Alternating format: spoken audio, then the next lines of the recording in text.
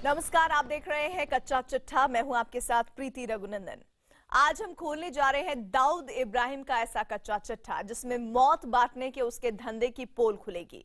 इस धंधे में लगातार दाऊद को नुकसान हो रहा है। इससे बौखलाकर उसने अपने दुश्मन को खत्म करने की सुपारी भी दे दी है, लेकिन उसके मंसूबों को अंजाम तक पहुंचने से पहले ही उसका ऑपरेशन फेल हो गया।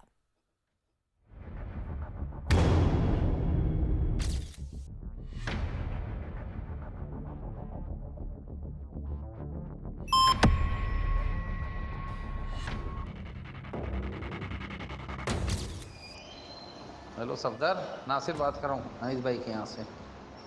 भाई इतनी कॉल कर रहे हैं आपको, आप फ़ोन उठाते नहीं हो। आप लोगों को इतना फ़ोन कर रहे हैं, भाई को हर हालत में अर्जेंट कॉल कर ले अनीस भाई को। डी कंपनी के डॉन दाऊद इब्राहिम के गुर्गे की ये धमकी उसकी बौखलाहट का नतीजा है। दाऊद इन दिनों मौत बांटने के अपने एक धंधे में लगातार हो रहे नुकसान से परेशान है। उसका ये धंधा है गुटखे का कारोबार।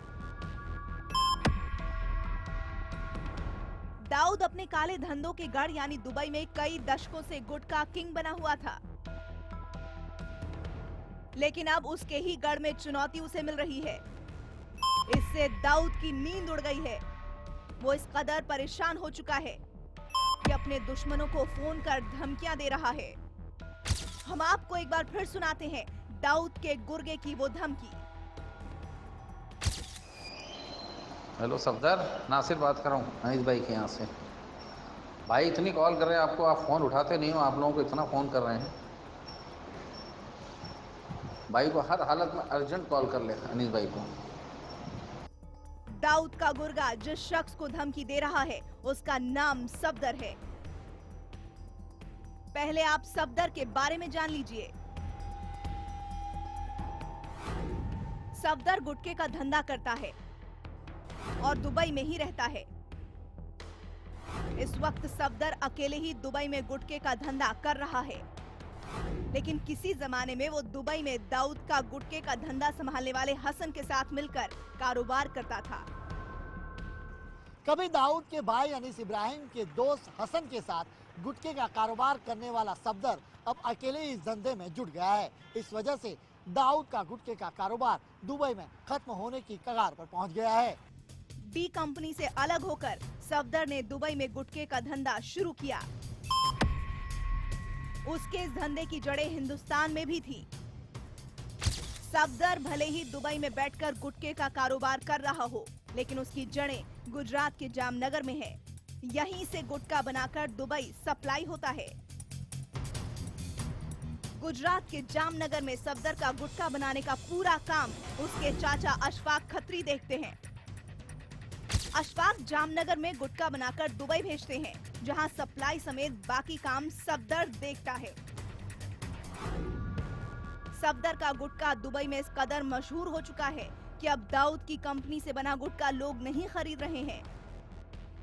इस बात से परेशान होकर दाऊद ने सफदर को वापस अपने गुटखे के धंधे में शामिल होने को कहा। दाऊद के भाई अनीस ने उसे धमकी दी कि वो हसन के साथ दोबारा काम शुरू करे, लेकिन सफदर इसके लिए राजी नहीं हुआ। 4 साल पहले तक गोवा गुटखा जाया करता था, जो सफदर, इनका भतीजा सफदर और एक वहाँ हसन, ये दो लोग पार्टनरशिप में उसको वहाँ पे डिस्ट्रीब्यूट करते थे। बीच में धीमे धीमे इन्होंने जब हार्ड खैनी यहाँ से भेजना चालू किया तो सफदर ने उसको डिस्ट्रीब्यूशन चालू किया। जहाँ से डिस्प्यूट चालू हुआ, धीमे धीमे हार्ड खैनी का मार्केट लगभग दुबई और पूरे गल्फ पे अच्छे से आ गया। उसके वजह से बाकी जो गुटखे थे उनका मार्केट एकदम खत्म हो गया है। डॉन की बात न मानने पर सफदर को डी कंपनी के गुर्गे लगातार फोन पर धमकी देने लगे। गुटखे के धंधे को लेकर दाऊद और सफदर की खुलकर दुश्मनी हो गई। दाऊद ने सफदर को सबक सिखाने के लिए अनीस इब्राहिम को जिम्मेदारी सौंपी, क्योंकि दुबई में दाऊद के गुटखे का कारोबार संभालने वाला हसन अनीस इब्राहिम का दोस्त भी है। इसीलिए सफदर को अनीस का नाम लेकर धमकियां आने लगी। हेलो सफदर, नासिर बात कर रहा हूँ अनीस भाई के यहाँ से। भाई इतनी कॉल कर रहे हैं आपको, आप फ़ोन उठाते नहीं हो। आप लोगों को इतना फ़ोन कर रहे हैं, भाई को हर हालत में अर्जेंट कॉल कर ले अनीस भाई को। डी कंपनी की धमकियों का सफदर पर कोई असर नहीं हुआ। उसने गुटखे के अलावा दुबई में कई और धंधे शुरू कर दिए, जिससे दाऊद का नुकसान और बढ़ने लगा। इससे बौखलाकर अनीस इब्राहिम ने सफदर को जान से मारने की धमकी दे दी। न्यूज 18 इंडिया के पास उस ईमेल की कॉपी मौजूद है, लेकिन जांच प्रभावित न हो इस वजह से हम आपको वो कॉपी नहीं दिखा रहे हैं। लेकिन इस ईमेल में सफदर ने लिखा है, मुझे अनीस इब्राहिम के नंबर 0092315550 से लगातार धमकियां आ रही हैं। वैसे मैं दुबई में रहता हूं, लेकिन चाहता हूं कि भारतीय एजेंसियां ट्रैकिंग करें, इसीलिए साझा कर रहा हूं। आपका सफदर खत्री।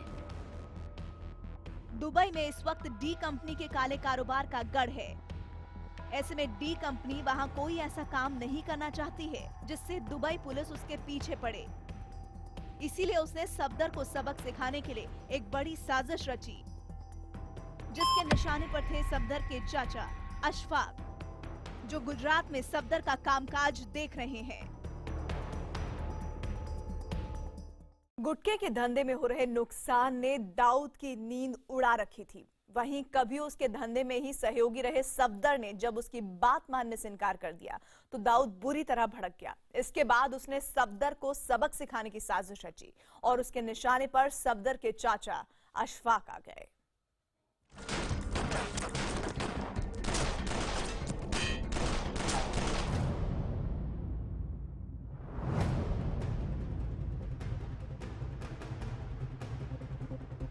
कभी दाऊद के गुटखे का धंधा संभालने वाले सफदर ने जब अपनी राहें अलग की तो दाऊद को कोई फर्क नहीं पड़ा।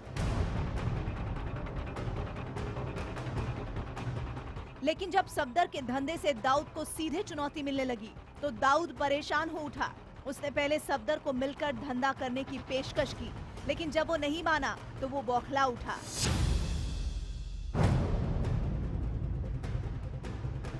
सफदर को सबक सिखाने के लिए अनीस इब्राहिम ने उसके चाचा अशफाक को निशाने पर ले लिया।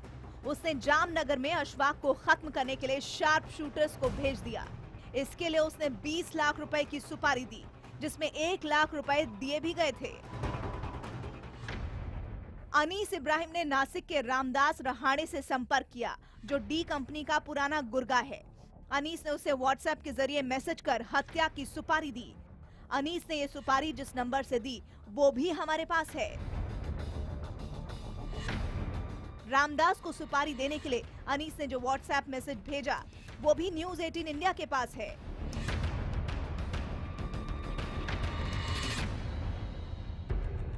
दादा को कॉल लगाओ। क्या हुआ? अशफाक खत्री, पंचवटी मार्ग। दादा को फोन करो। मुझे फोटो फिर भेजिए, गलती से बच्चे से डिलीट हो गई। खत्री हाउस, जामनगर।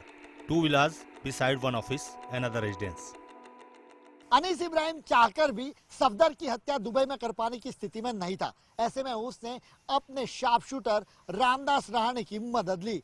सुरक्षा एजेंसियों से बचने के लिए सफदर के चाचा अशफाक की हत्या की पूरी साजिश व्हाट्सएप कॉल और व्हाट्सएप चैट पर रची गई। पुलिस ने अनीस और रामदास के बीच हुई इस बातचीत को भी सीज किया है। इस काम के लिए रामदास ने अपने साथ 3 और लोगों को शामिल किया। रामदास रहाणे है जो कि लीडर था इन पूरी टीम का, जो है उसको +92 नंबर से फ़ोन आया करते थे, जो इसका मानना है कि अनीस इब्राहिम का फ़ोन हुआ करता था, व्हाट्सएप पे चैटिंग करता था ये, और उसके थ्रू जो इन्फॉर्मेशन का और काम का जो अंजाम देने के बारे में बात करता था। पुलिस के मुताबिक इन लोगों ने 26 फरवरी को अशफाक की हत्या करने का दिन तय किया था। इसके लिए रामदास अपने तीनों साथियों के साथ नासिक से राजकोट पहुंचा था।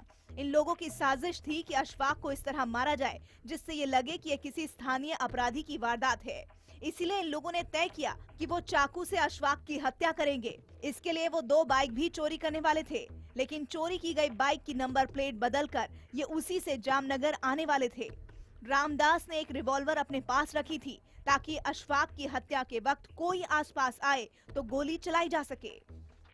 5 जनवरी से लगभग चालू हुआ। उसके बाद जो 13-14 जनवरी, फरवरी में 17-18 फरवरी, 19-20 फरवरी, अलग अलग दिनों में वर्किंग डे और संडे के दिन अशफाक खत्री का क्या मूवमेंट रहता है, कब आना जाना है, ऑफिस कब आते हैं, घर कब आते हैं, वो पूरा इन्होंने अच्छे से रेकी किया। जैसे वो आए, गाड़ी से उतरे, सीधे उनको जो रैम्बो छुरी है उससे मारने का, सीधे वहीं पे फैटल अटेम्प्ट करने का, जिससे वहीं पे डेथ हो जाए। और ये पूरा घटना जो है एक लोकल घटना में कन्वर्ट हो जाए। दाऊद के गुर्गे अपनी साजिश को अंजाम देने के लिए राजकोट से जामनगर जाने वाले थे। इनके दो साथी अनिल और संदीप छुरा चलाने के एक्सपर्ट थे। हत्या करने की जिम्मेदारी इन्हीं दोनों की थी।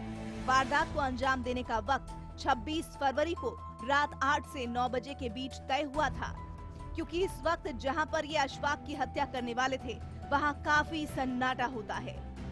लेकिन ये अपनी साजिश को अंजाम तक पहुंचा पाते उससे पहले ही राजकोट में पुलिस के शिकंजे में आ गए, जिसके बाद दाऊद के ऑपरेशन गुटका का पर्दाफाश हो गया।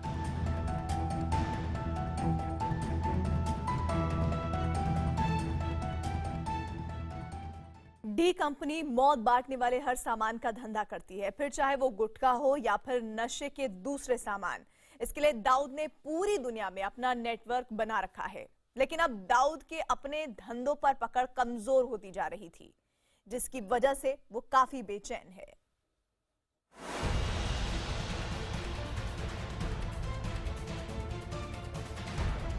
गुटके के कारोबार से दाऊद का रिश्ता काफी पुराना रहा है।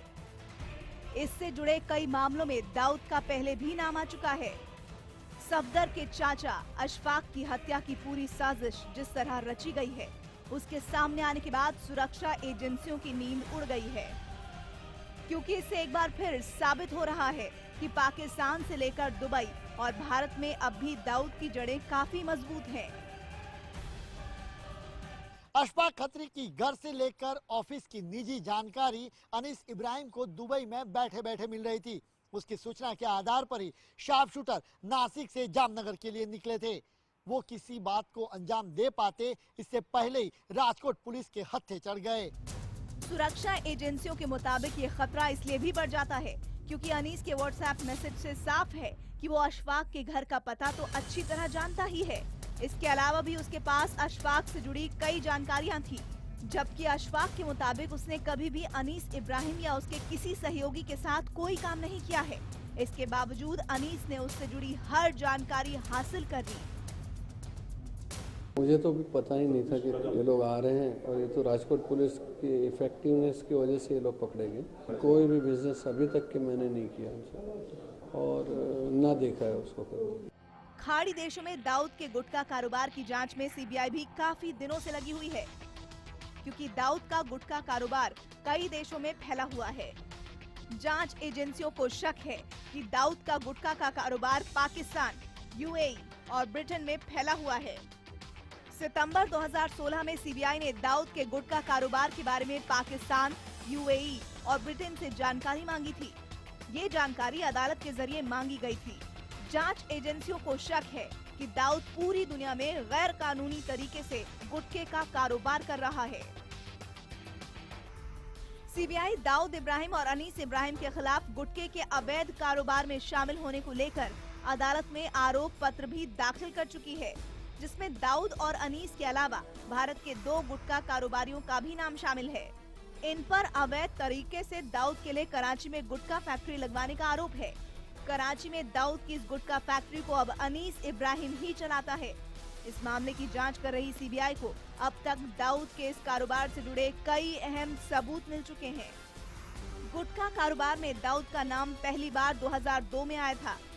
उस वक्त एक शख्स ने पुलिस को बताया कि उसे कराची में गुटखा बनाने की मशीन सप्लाई करने को कहा गया है। इसके बाद जांच एजेंसियों ने इस बारे में पड़ताल शुरू की तो दाऊद के इस बड़े और काले कारोबार की कई परतें खुली। लेकिन अब इस पर आंच आता देख दाऊद की डी कंपनी बुरी तरह बौखला गई है।